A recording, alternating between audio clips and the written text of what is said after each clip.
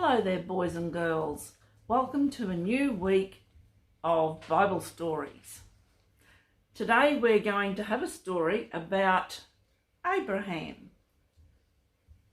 And it's called God's Promise to Abram, because that's what he was called at first. With the story of Abraham and those that follow, we begin the history of God's chosen people, the Israelites, of whom Abraham, at first called Abram, was the founding father. The stories were told by people who lived then. They were handed down by word of mouth and later written down in chronicles, that is, books. In the splendid city of Ur in Mesopotamia, that's a long way from here, with its fine buildings, there lived a wealthy man called Terah, who had 3 sons. One son, Abram, was married to a beautiful woman named Sarai, but she had no children. Late in his life, Terah left Ur, taking with him his family and their possessions, and travelled northwards to a place called Haran. When Terah died, Abram had a strange experience. It seemed to him that God was speaking to him. "Leave here and go to a land I will show you. I am going to give you many descendants," that is, children and grandchildren, "and they will become a great nation. You will do well in that land, and your name will become famous. Through you, I am going to bless all nations."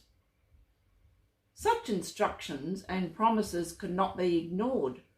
So Abram set off south-westwards to Canaan, the land God had set aside for him. He took his wife and nephew Lot, together with all his possessions. When he arrived in the region, he built an altar, and there God appeared to him again. "This is the country I am going to give your family," he said to Abram. Sometime later, Abram had a vision. He heard God saying to him, "Do not be afraid, Abram. I will shield you from danger and give you a great reward." When he heard this, Abram poured out his great worry to the Lord.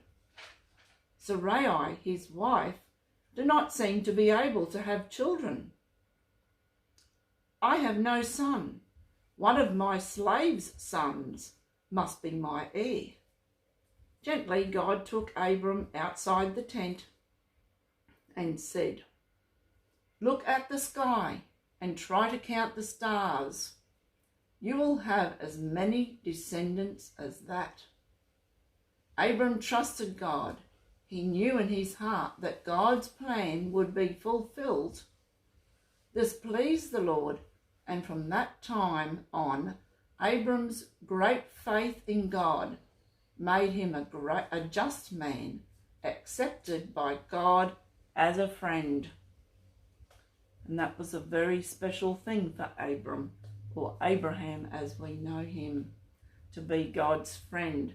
And you can read those stories in the Bible from Genesis chapter 11 and a few chapters after that. So I hope you enjoyed that story. We'll have another one again tomorrow. Bye.